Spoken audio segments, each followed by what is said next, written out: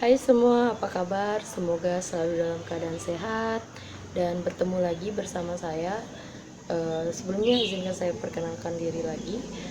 Nama saya Niwenwi Sapitri. Saya sekolah di Sekolah Tinggi Teknik Lingkungan atau biasa yang dikenal dengan STTL Mataram. Saya mengambil jurusan Prodi D3 Kesling atau Kesehatan Lingkungan. Jadi kalau kalian yang mau berkunjung ke kampus kami persilahkan. Siapa tahu kita bisa ketemu.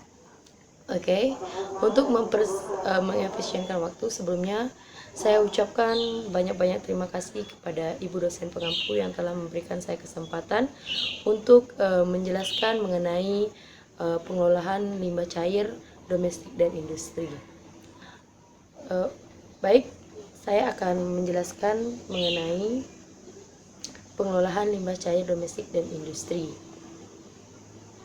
Sebenarnya bisa dilihat ini adalah biodata dan mengenai saya.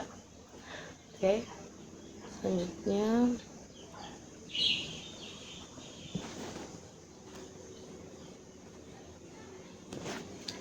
selanjutnya ada di sini di slide yang samping bisa dilihat di slide yang ini.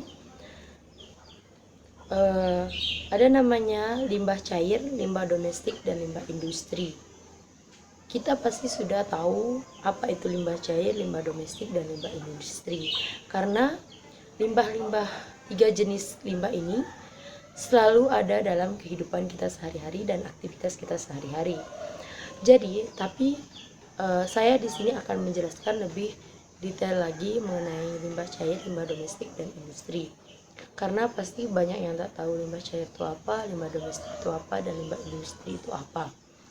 Jadi di sini limbah cair adalah yang dimaksud limbah cair yaitu limbah yang sisa dari suatu hasil usaha atau kegiatan yang berwujud cair yang jika dibuang ke lingkungan secara langsung tanpa diolah akan dapat menurunkan kualitas lingkungan. Seperti keseimbangan ekosistem akan menjadi terganggu dan kualitasnya juga akan menurun. Baik, yang kedua ada namanya limbah domestik. Apa itu limbah domestik? Baik, kita akan mengetahuinya bersama. Air limbah domestik atau yang disebut dengan limbah domestik adalah limbah yang berasal dari pertama rumah tangga, kegiatan rumah tangga atau aktivitas rumah tangga. Yang kedua bisa berasal dari bangunan perdagangan atau pasar contohnya.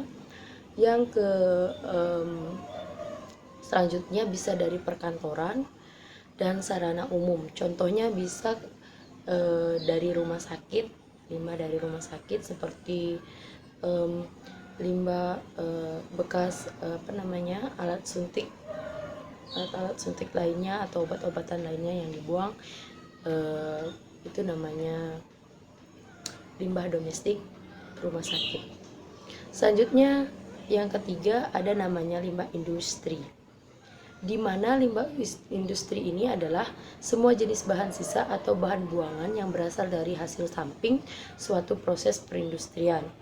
Contohnya kayak pabrik atau industri tahu, pembuatan tahu pasti akan memiliki limbah dari hasil pengolahan tahu tersebut.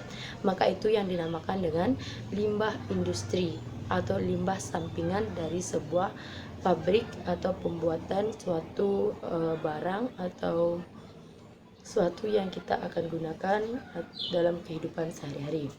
Selanjutnya di slide berikutnya ada namanya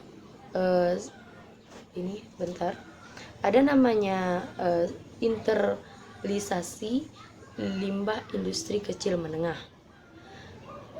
Internalisasi ini adalah sebuah judul yang saya ambil atau yang saya kutip dari jurnal internasional atau yang sudah melakukan penelitian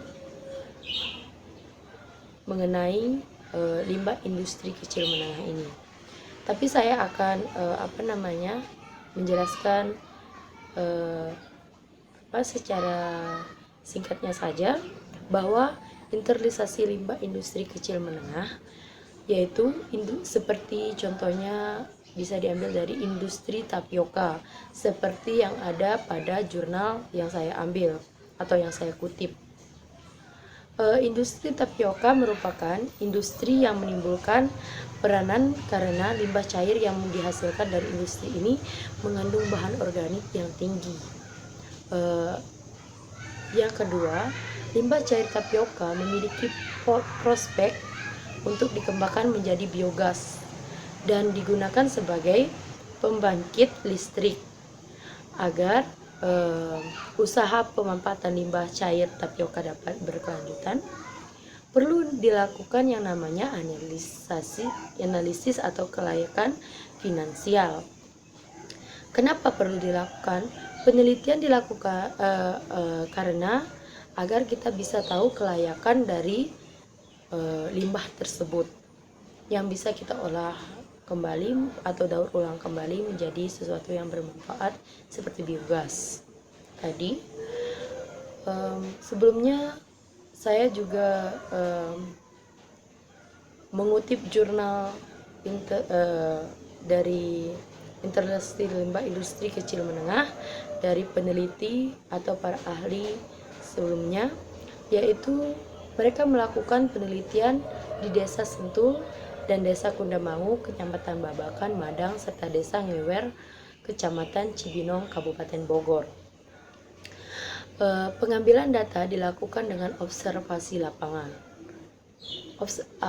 Mungkin ada yang kurang tahu observasi lapangan itu apa. Observasi lapangan yaitu terjun atau turun langsung ke lapangan, ke tempat kejadian atau tempat penelitian, lalu akan dilakukan sebuah pembuktian dari masalah yang tadi. Selanjutnya ada namanya pernyataan kunci dari jurnal yang saya ambil tadi mengenai tentang pembuangan limbah cair tapioka ke hulu atau ke sungai Cikeas. Bahwa pembuangan limbah cair tapioka ke sungai, kan kita sudah tahu bahwa cairan tapioka itu adalah sebuah limbah, di mana sebuah limbah harus dikelola dengan baik agar tidak merugikan lingkungan, baik masyarakat ataupun lingkungan. Tapi pembuangan limbah cair tapioka yang ada di jurnal yang saya kutip malahan membuang limbah cairannya tersebut ke sungai Cikeas, maka membuat sungai Cikeas itu menimbulkan bau yang tidak sedap serta pertumbuhan nyamuk yang meningkat dan gangguan kesehatan seperti mual, pusing, gatal bagi masyarakat sekitar sungai. Di samping itu kita tahu bahwa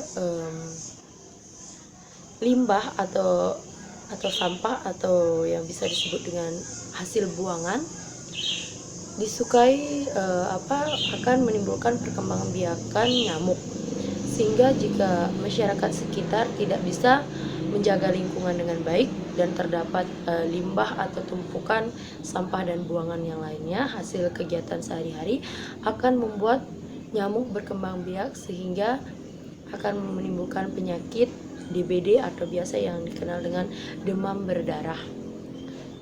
Baik, selanjutnya slide berikutnya ada ini bisa dilihat, ini saya jadikan background belakang di mana ada tumpukan sampah yang menggenang di sungai, di permukaan sungai, seperti ada sampah plastik atau sisa-sisa bekas tempat minuman, ada masih banyak lagi. Ini adalah sampah wujud sampah yang ada di permukaan sungai.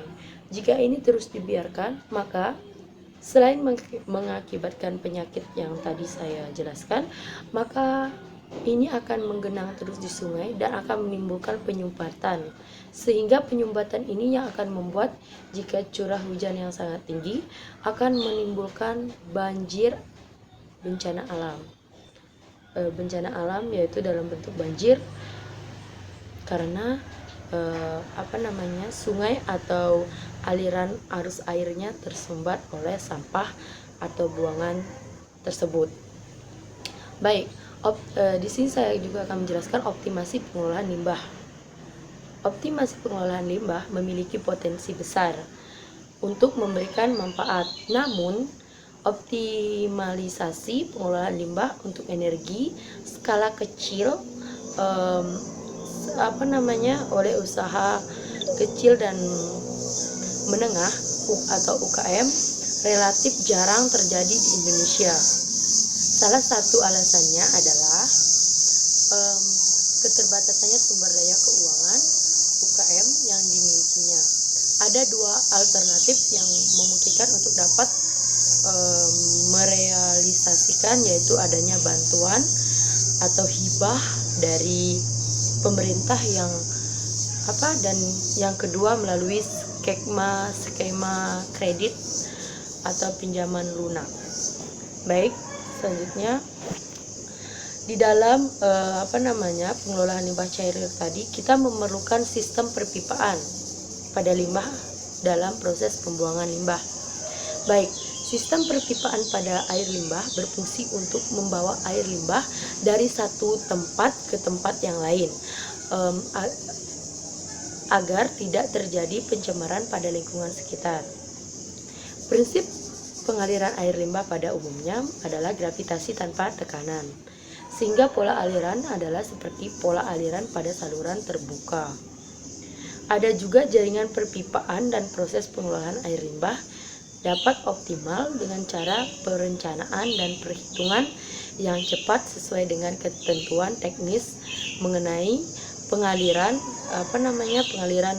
air limbah dalam pipa supaya tidak terjadi endapan atau sumbatan. Seperti yang ada pada gambar yang samping bisa dilihat, ini adalah sistem perpipaan industri, di mana sistem perpipaan industri ini di belakangnya sudah saya isikan background. Ada background sampah, yaitu setengah bumi yang ditutupi dengan sampah. Ini ada gambaran, di sebelah ada gambaran bumi, dan di sekitarnya itu adalah sampah atau sisa buangan aktivitas kita sehari-hari. Baik, di sini di bawah ada sistem perpipaan, bisa dilihat. Mungkin gambarnya tidak terlalu jelas, tapi lebih jelasnya bisa ntar di searching di Google. Baik, di sini yang pertama, memperkecil pencemaran air tanah dari limbah tinja akibat kebocoran tangki septik. Menjaga keseimbangan biota air permukaan karena limbah yang dialirkan ke sungai sudah melalui proses pengolahan. Lahan kosong untuk menempatkan tangki septik atau IPAL setempat dapat dimanfaatkan untuk penggunaan ruang lainnya seperti parkir atau lahan hijau. Jadi gunanya perpipaan ini saya jelaskan. Gunanya perpipaan ini adalah untuk mengelola atau menampung sebelum dibuang ke lingkungan. Limbahnya sebelum dibuang ke lingkungan berarti sudah melewati tahap-tahap uji kelayakan limbah sehingga bisa dibuang ke lingkungan dan tidak berbahaya bagi ekosistem serta keseimbangan lingkungan tetap terjaga. Baik,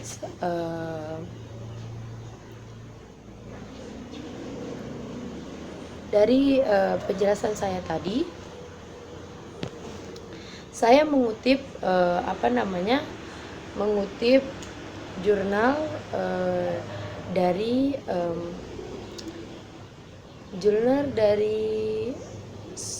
seorang peneliti atau seorang ahli, yaitu berdasarkan jurnal AESSN. Yang di bawah bisa dilihat yang slide warna kuning, yaitu judul atau tempat saya mengutip jurnal tersebut. Jika kurang lebihnya bisa di searching dan bisa dicari melalui